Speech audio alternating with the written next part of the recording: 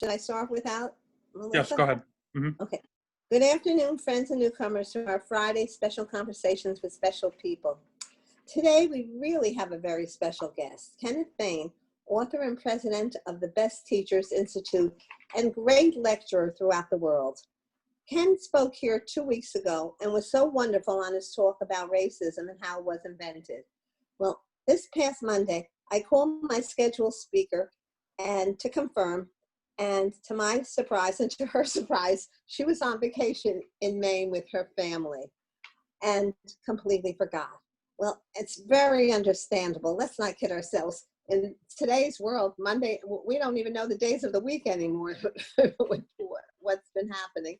And she was so lovely. I said, don't worry, have a great time. I'll get another speaker, which sounded very easy when you're at the library, when there's a lot of speakers around. I couldn't believe I called up at least 5 people.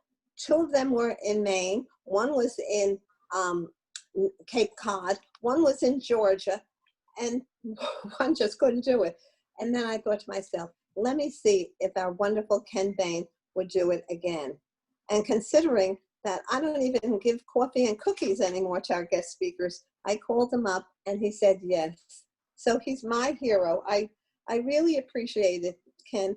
And then he said, what would you like me to speak about? And the fact of the matter is that he just wrote a book called Super Courses, The Future of Teaching and Learning. And he said, do you think that people will be interested in it?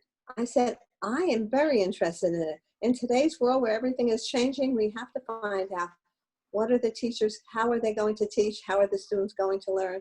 And that's the future. And I'm so excited. I can't wait to hear it. And like I say, I thank you, Ken, for coming to my rescue. It's really wonderful of you. So we all owe a debt of gratitude for our special Ken, and who is devoting his time and talent again to our library series. And so it gives me great pleasure to introduce our very special guest, Ken Bain. My pleasure.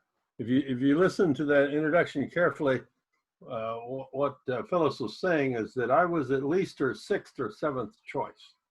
I didn't want to bother you. How can I do it 2 weeks later? I'm just teasing you, Phyllis. But I appreciate the opportunity, and I could take a course with you every week. Believe me, I'm not you're a great speaker. I mean it.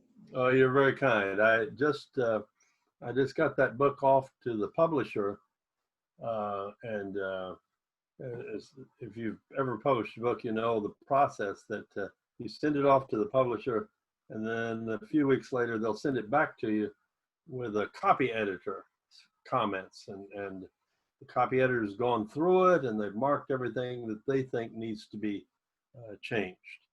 So I got it back about 2 weeks ago, and I spent 2 weeks going through all of the suggestions, and there were some wonderful suggestions, and incorporated most of them into the book.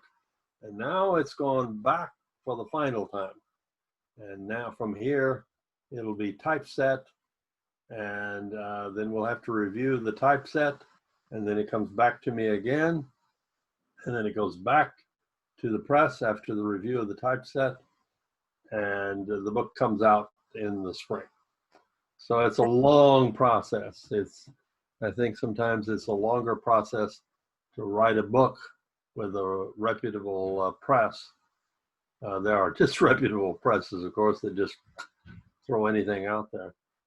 But any reputable press is going to go through a long process.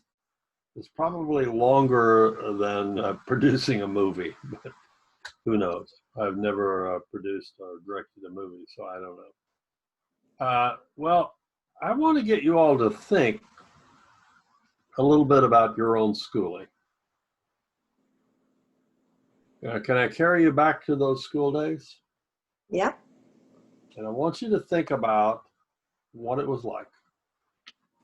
And if your schooling was very typical, most likely it consisted of a teacher who would give you assignments to do. Things to read, things to write, and so forth. And you were required to do those things. And then if you think about, well, what was the motivation that was offered to you or stimulated in you? It was the grade, wasn't it? This will be on the test. This will be a part of your grade. This is 10% or 15% or maybe 50% of your grade. So we use that grade as a way of stimulating people. Now we call that kind of motivation an extrinsic motivation. That is, it comes from outside of you. Now,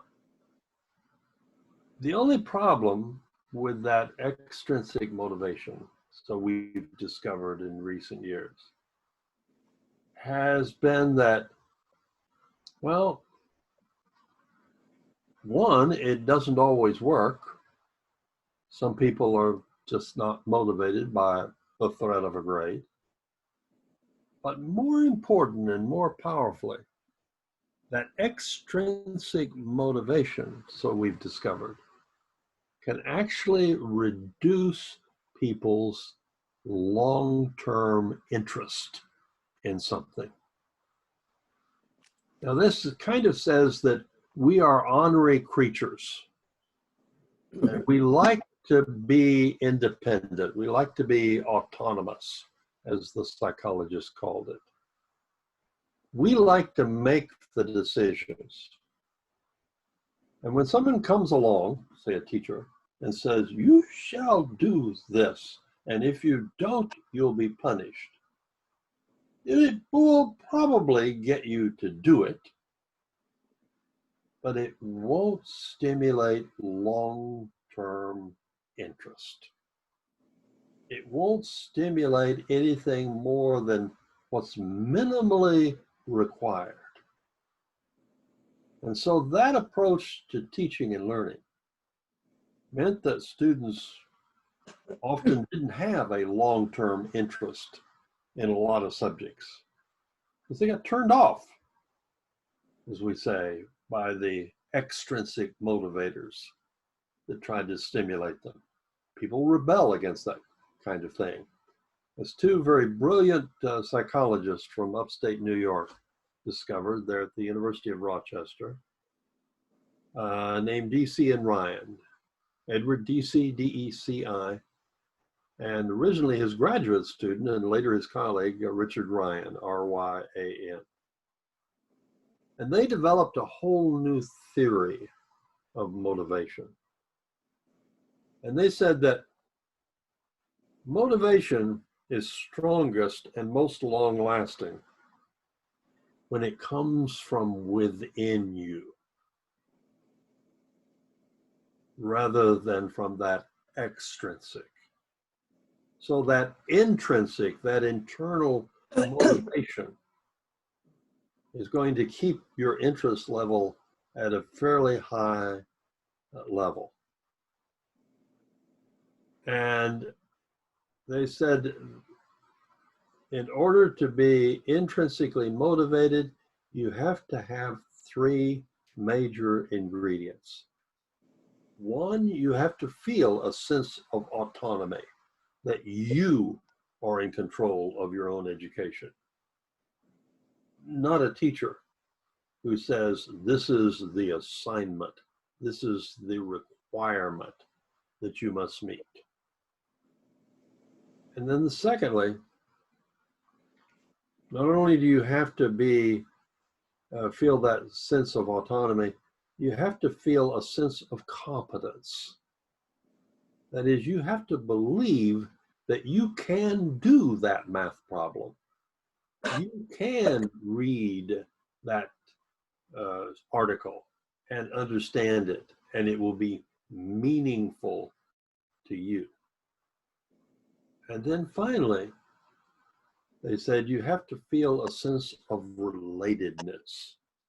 And what that means is you had to feel like you were a part of a group, a larger community that you were related to because you all had the same interest in this question, in this problem, in this set of circumstances.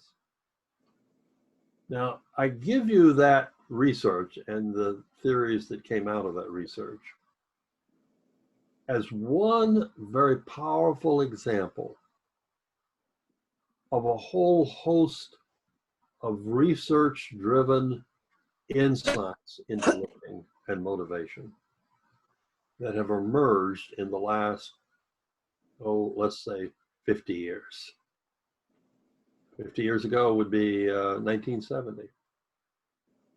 And in that time, since 1970, and some of these go back a little bit further than that, but since that time, 1970, there's been a revolution in our understanding of how the mind works, and our understanding of what it means to learn.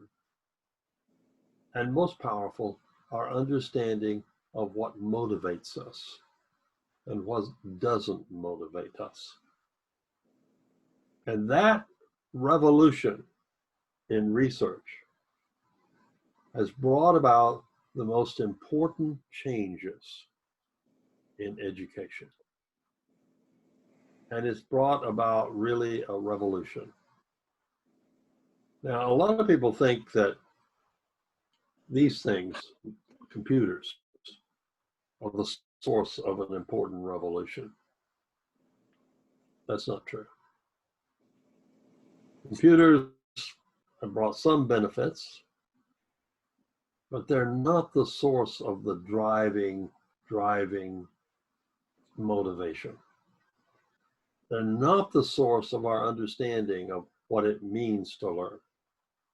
And in fact, as we now know, and increasingly know, there's certain kinds of computers, especially these small computers we carry around in our pockets.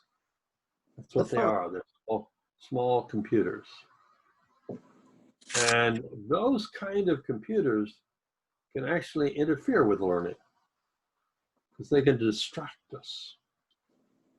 And they don't really motivate us as much as they do distract. You can really think of computers, including the internet and phones, you can really think of them like maybe a grocery store. Now, you're grateful to be able to go to a grocery store or to have someone else go for you these days. I don't go to a grocery store anymore. I get Amazon or somebody to bring food and put it on my front porch. I'm thankful for that. That's a delivery system. That's a storage system. But it isn't the storage system that motivates me. It's the food inside the grocery store. And the same thing is true of knowledge and ideas and new skills. It's not the delivery system. It's not the computers that motivate us. It's the ideas, the questions. And what we discovered along the way is that if people are appealed to just in terms of their extrinsic motivation, do this because it's on the examination, because you will have a lower grade if you don't do it. That kind of appeal, at best, leads people to become what we call strategic learners, driven by the desire to make the grade and to make the highest grade. And we get this phenomena in school where people become so driven by getting the high grade, they forget all about learning. And they forget all about deep learning, of getting into the heart of something and understanding its basic concept. And so, as a result, over the last 50 years, and maybe beginning 50 years ago, but mushrooming to a point beginning about 20 years ago when it began to really take off. Like a rocket revving up and then finally lifting off the ground and going into the stratosphere. And in the last 50 to 20 years or so, we've had a revolution of the kinds of courses that people are creating. Now, again, I want you to think back to the old days. In the old days, when you went to school, when I went to school, especially in college, what happened? You went to class, there was some guy who got up in front, perhaps behind a podium, and who talked like I'm talking right now. And you'd listen, and you'd try to get down all that he or she said. And if it wasn't clear, well, that's too much. But then we began to realize that a lot of people were not so good at lecturing. A lot of teachers were not so good at lecturing. And even if they were good at lecturing, it's very difficult to get down everything somebody's saying to you orally. And we forgot about the other aspects of learning. What I mean by that is there are at least three major aspects of learning. One is that you've got to get the information and the ideas. Well, that old-fashioned way covered that idea. They just read them to us. They said them to us, and they came to believe almost that if they didn't say it, then we couldn't get it. We couldn't understand it. And that certainly didn't encourage anybody to do any reading. We used to give students reading assignments, but they often wouldn't do them. Why would they do them? Because all they have to do is wait to go to class and the professor is going to summarize the reading for them. So why bother? The people were not motivated to take that second step of education, and that second step was to make sense of all that you were encountering. Yes, you had to encounter it first, but second, you had to make sense of it. You had to relate it to things that you already knew. You had to think about its implications and its applications and its possibilities. And all of that was supposed to take place outside of class. But that's an activity that people need a lot of help with, and they weren't getting it. And then there's a third aspect. And that third aspect is the aspect of moving something from short-term memory. You know, I say something to you right now. I'm doing an old-fashioned class. I say things to you. And if you understand what I'm saying, you might remember it 5 minutes, a day, a week. But moving it to long-term memory is more difficult, and that takes a lot of help. So teachers were not there to help people with the two most difficult aspects of learning. That is making sense of things, of ideas and information, and two, of moving it to long-term memory. But about 20, 30 years ago, some professors began what we call flipping the class. And what that meant was they were moving the delivery of information to outside of the classroom. And the sense making and the move to long-term memory would take place in the classroom, where students could get assistance from their professors. Now, one of the first people to do this systematically was a very brilliant physicist at Harvard University and my colleague in the Best Teachers Center, Best Teachers Institute. And along about 1991, he began flipping his class, although he didn't use that language. He didn't call it flipping. Somebody else coined the term flipping. But he began flipping his class. That is, he began moving things outside of the lectures to the point at which today he doesn't lecture at all. And instead, when students come to class, then he helps them make sense of it. He makes them helps them to take a deep approach. He stimulates them to take a deep approach to their learning.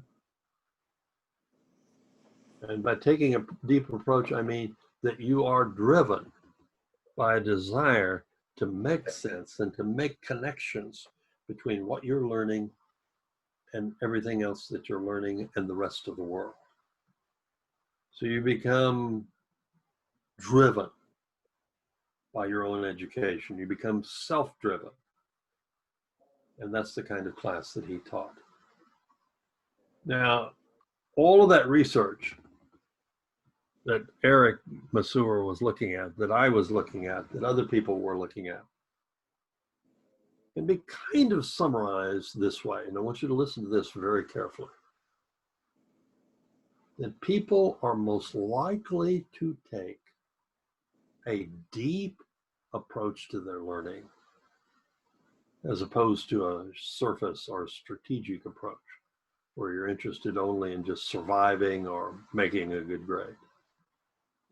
People are most likely to take that deep approach to learning when they are trying to answer questions or solve problems that they, the learner, have come to regard as important and intriguing and beautiful. Now, the problem that existed was that while we began to realize that that was true, that they weren't going to take a deep approach unless they regarded the questions as important, intriguing, or beautiful, is that the teacher remained in control of the questions and usually made no attempt to help students understand the importance, the intrigue, and the beauty of those questions. So the new super courses that have emerged in the last 20 years and that we just finished writing a book about were courses based on this research. And there were courses that are based upon the idea of intrinsically motivating students, of bringing them into a process where they would become so motivated that they would take charge of their own education. So what kind of courses emerged? Let me give you maybe a couple of examples. And one kind of overall technology, because technology did help out along the way. And this technology was also developed by Professor Masur and his colleagues at Harvard. It's called perusal. And it deals with this problem. Okay, you don't have to say everything in class. You just write it up in the book and you give the book to the students. And you say, here, read this. We can dispense with lectures. But they won't always read them. And they won't always read them because they don't know how to read them. And they won't always read them because reading is a lonely process. And so what perusal does is it helps students to learn how to read and to read deeply and to turn reading into a social event. And so the textbooks, the works of fiction, the other things that they're expected to read are made available to them in this social environment where all of the students are reading the work online. together. And as they read, they can and are expected to make comments, to ask questions. It's like being able to write in the margin of your book, and everybody else in the class sees what you are writing, sees the questions that you are writing. So that process of using perusal meant that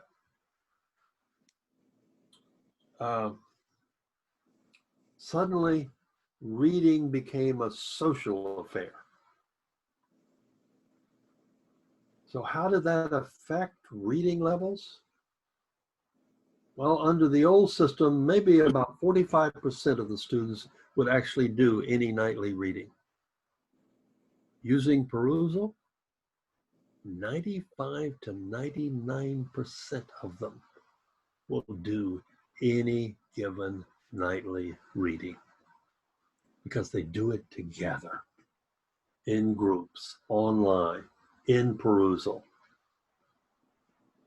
And they help each other learn how to read that material, whether it be physics, like it is in Eric's class, or in history, like it would be in my class. Reading together makes all the difference in the world. But there's something else that Eric and others began to incorporate into their class. Remember, it's important to build an intrinsic motivation. And if we know that students are most likely to be highly motivated, if they're trying to solve a problem or answer a question that they regard as important, intriguing, or beautiful, then you have to raise a question that is important, beautiful, or intriguing to them. And that's what the courses do. One small example. In Eric's physics class, they study waves, right? Got to learn about waves. And so what they do in the wave unit is they appeal to something fundamental in human beings, their sense of altruism, their desire to help other people. So they're given a backstory, and they're told about a very special charity in Venezuela. This is a true story. And in this charity, a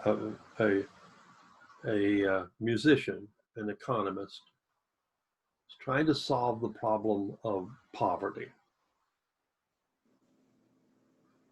And so he decided that if students learned music and learned to become part of a symphony,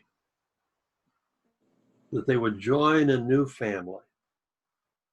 They could motivate them and could help them overcome their poverty-ridden state in Venezuela, where he lived, or in other places.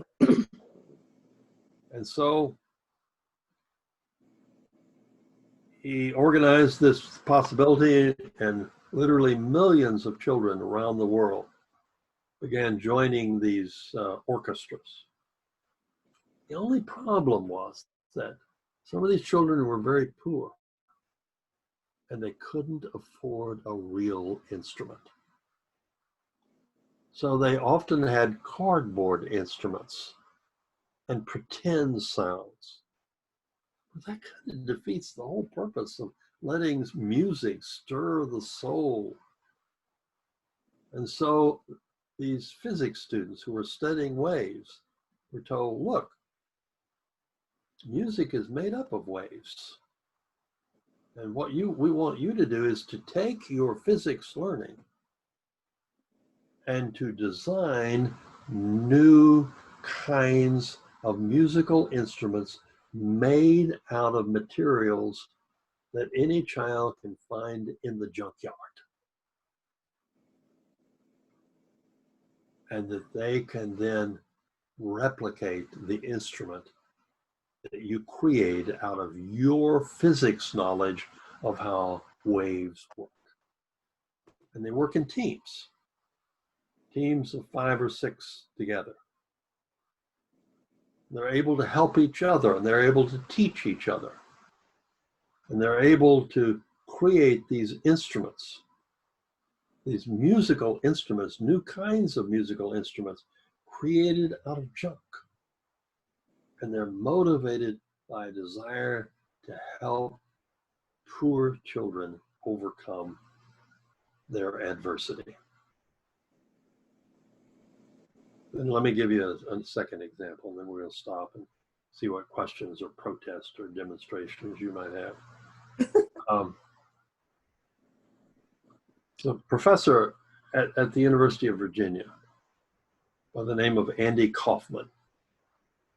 Now, not the famous comedian who died some years ago, a different Andy Kaufman. Andrew David Kaufman. He taught Russian literature. So what he did is he designed a super course based on all these principles we've been exploring. In this super course, he once more appealed to their sense of altruism. He taught Russian literature, Russian novels, the late 19th and early 20th century.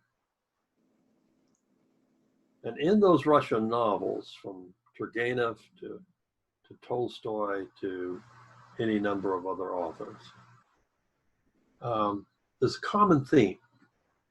And the common theme of those Russian works of fiction were that they were stories about some of the great questions of life.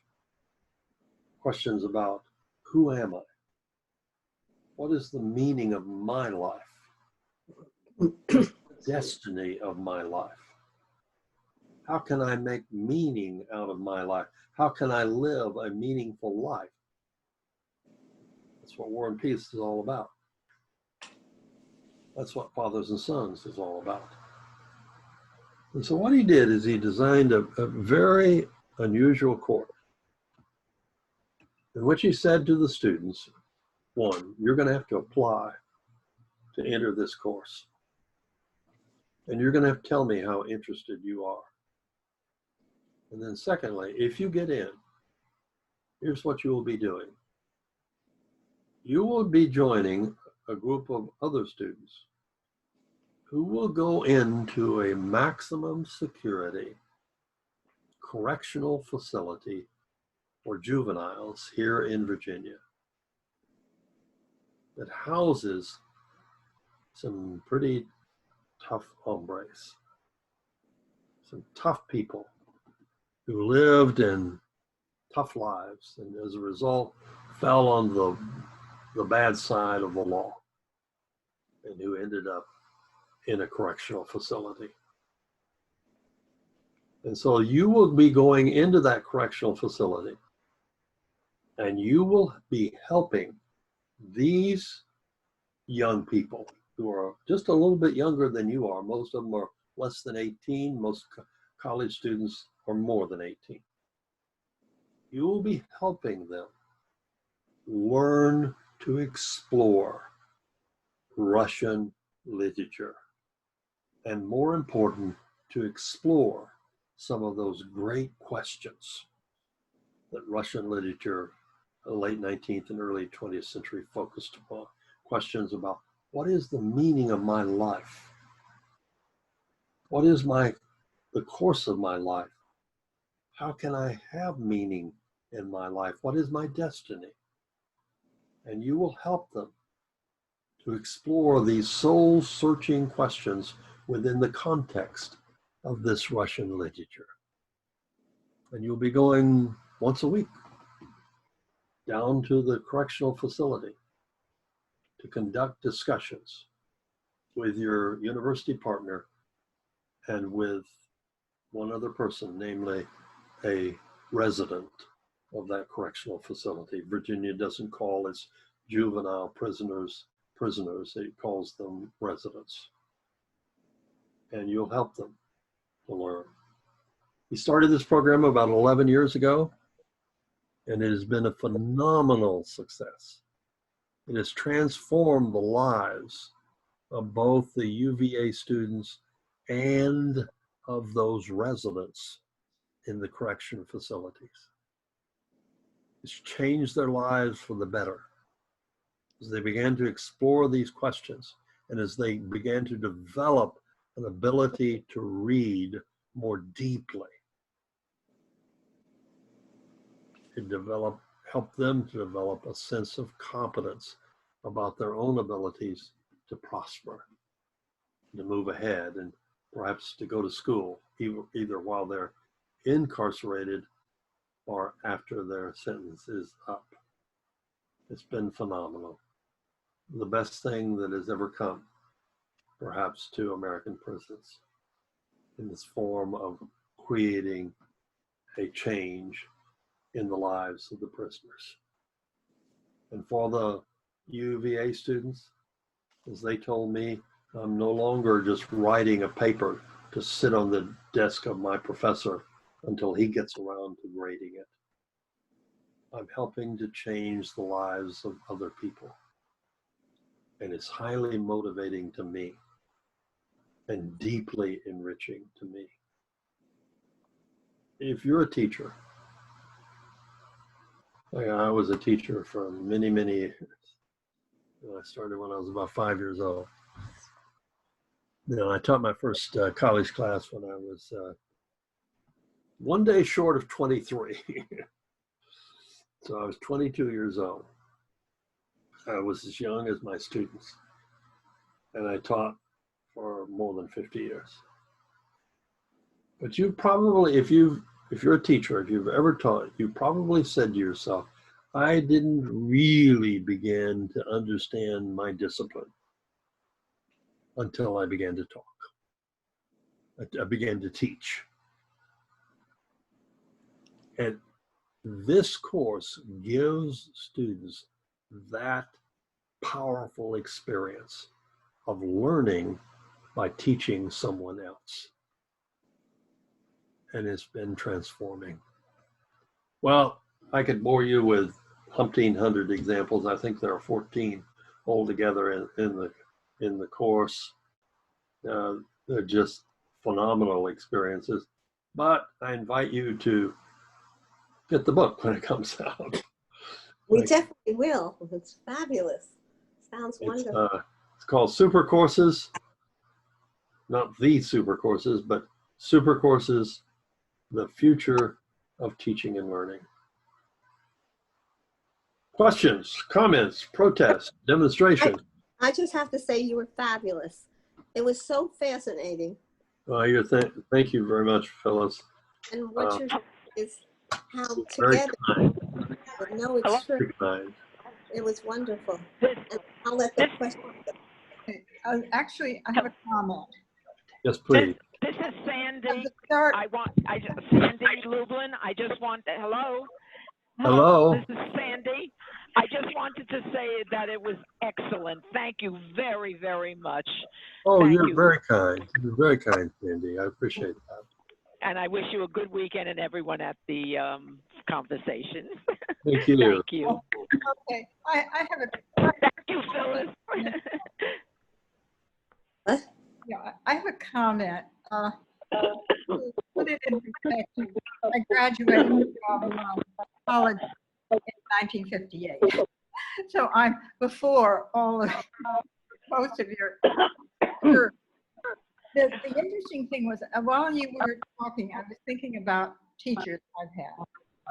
And all of the really good teachers I had practiced some form of what you're talking about now. Very good. Very So good. it's very interesting in the beginning to hear that, so to say. Yeah, very good. You know, the oldest course in the book was first taught in 1938. So there are super courses from much earlier.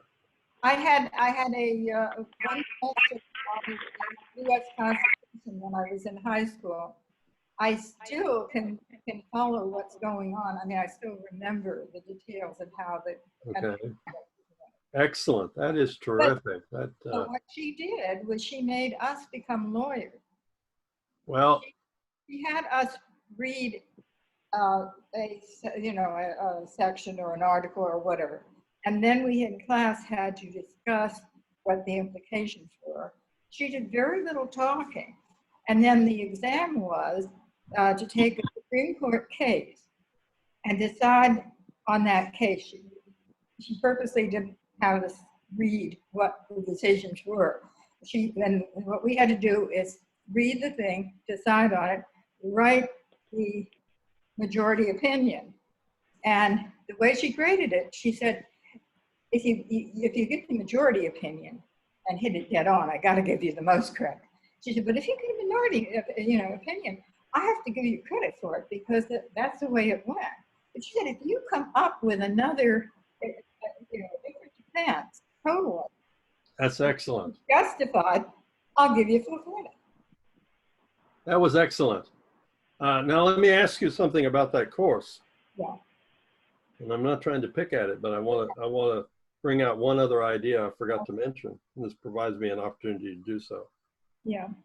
Let's say you did that, and then your work was not so good, maybe mediocre, and you got back a C. Did you get a chance to do it over? She was probably, and be honest with you, I don't remember. She was probably bound by regulations at the time, education. There's But the problem. really, she did not grade. What she didn't do was take and make equivalent of grades. Each thing was the process.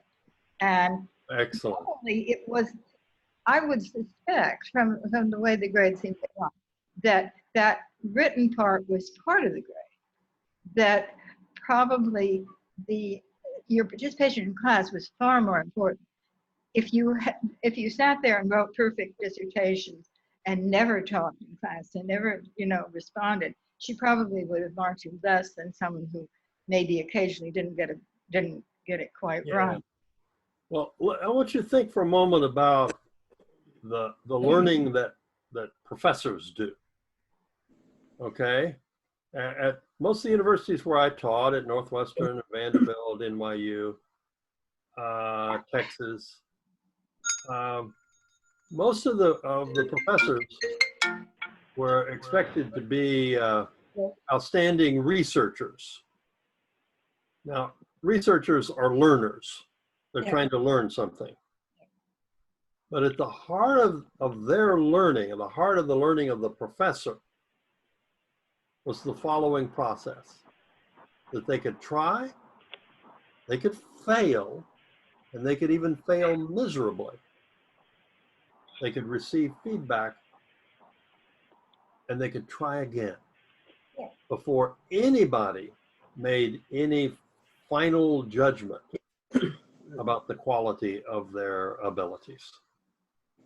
Now, while that existed among professors, it suddenly occurred to some of us that we were not extending that same kind of learning environment to our students. We didn't give them a chance to try, to fail, to receive feedback.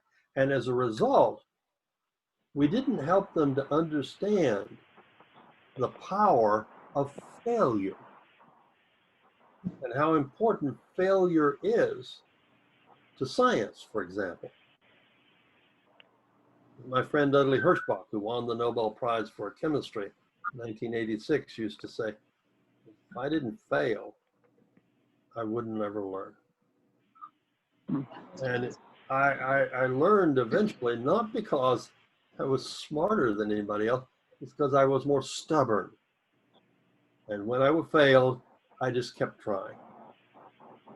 And I thought, that attitude is at the heart of what we want students to have. But the old system of give you one chance, high stakes chance, final examination counts 40% of your grade or 75% of your grade. That kind of system isn't a good learning environment. And so the super courses have one other important ingredient besides being built around big questions and students working in small groups. is that they gave students an opportunity to try, to fail, to receive feedback, try again, and to keep doing that for as long as possible. Now, some people would say, oh, that's lowering standards. Quite the contrary. That gives you an opportunity to raise standards, to raise a higher expectation, because you've given students multiple chances, do-overs, as my colleague at Welfare State used to say. Give people a chance to try, to fail, to receive feedback, and to try again. You can bring them to a higher level of understanding than you could ever expect in the old one shot and you're out. And if you don't hit the target or close enough to the target, you're done with. Yeah, well, I felt, I did teach, but I taught in Sunday school, so I didn't have constraints at some. And I also taught art for a while. But I've always felt that at least the educational system since the 60s or 70s, as what I call adversarial. The teachers were trying to trick the kids. And the bright kids, I had a terrible time in Sunday school because the really bright kids who had really good insights were afraid to talk. They were waiting to find out what I wanted because they looked upon this as punishment. You know, if they didn't get it right, they were being punished. Mm. Not that they needed to go back and learn how to do it. Yeah. May I interrupt? I was an elementary school teacher. And the whole time you were giving your examples, I was trying to think back as to how, first of all, my education as a teacher could teach me how to do what you were saying. And then the other part of it was that, in fact, I did have a statistics teacher who we talked about, you know, failures and what have you. And I remember the one thing I learned, and I used to say to my children, if everybody missed the same question, I didn't teach you well. You know, I mean, I think that what you're saying is that we have to really look at the way we are teaching, and from elementary school. I mean, you're talking college, and Mary was talking high school, but my thoughts go to 4th, 5th, and 6th graders. I mean, I taught 1st grade also, and there are ways to do that, but you have to be taught to do that. Yeah, yeah. Well, there's some wonderful models that are emerging. I think about Joe Ladeau's classes at Georgia Tech. You know, he will present students with an engineering problem, and they work in teams of 2, and they sit at a table. Somebody else is sitting across the table from them, and right next to you is another group of 2 people. And so they start out with not with any advanced technology, but with a big 11.5 by 17 pad of paper and a pen. And that's their only technology. And they'll start out, and one person picks up the pen and they start asking questions and putting things on the paper. And the other person listens and asks questions of the first person. And then after about 5 or 6 minutes, they do a tag team where they pass the pen off to the other person and they start asking questions and putting things on paper. And then it goes back to the first person. They go back and forth like this until they begin to make some advances. And so beginning engineering students have been working out problems. The engineering devices, this is in biomedical engineering devices, very advanced devices that will help Alzheimer's patients, for example. Mm-hmm. Remember to take their medication on time. And some really amazing levels of learning that are taking place in that. It was all designed by a cognitive scientist by the name of Wendy Neustetter 20 years ago. the biomedical engineering department at Georgia Tech is fairly new. And so they had this crazy idea, don't just hire engineers who know a lot about metals and tensions and things like that, and mathematics and science and math in essence, but hire at least one person in the department who has an expertise on the human brain and how it works. And that was Wendy Newstetter. She came into that department, and she created a revolution, which is still going on today. Amazing piece of work. But it's amazing how much an insight into the science of learning has changed what we do with teaching and learning. And it's a revolutionary idea, but you think about it, you think, well, why did it take so long? Because all these research universities are supposed to pay attention to research, but they didn't. They paid attention to research in everything except teaching and learning. And they taught the way they were taught. And they followed tradition rather than science. But that's changing, thank goodness. Well, I'm gonna go take a dip in the ocean here. Oh, you were so interesting and fascinating. Yes, thank you. So much from you. If Oh, anyone, my pleasure. I've enjoyed it. I think it's about life, and what you did is inspire all of us, because all of us are teachers, whether we're in a school or not. And Yeah. togetherness, we could do a lot more than by ourselves.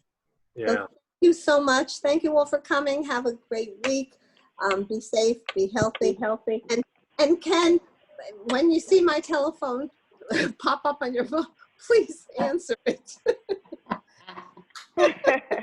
I was just trying to get to it today. Because I can listen to you really, you are so stimulating, and everything you said. I first want to learn more about what you had said. And I can't wait to get the book. And of course, our library will get the book.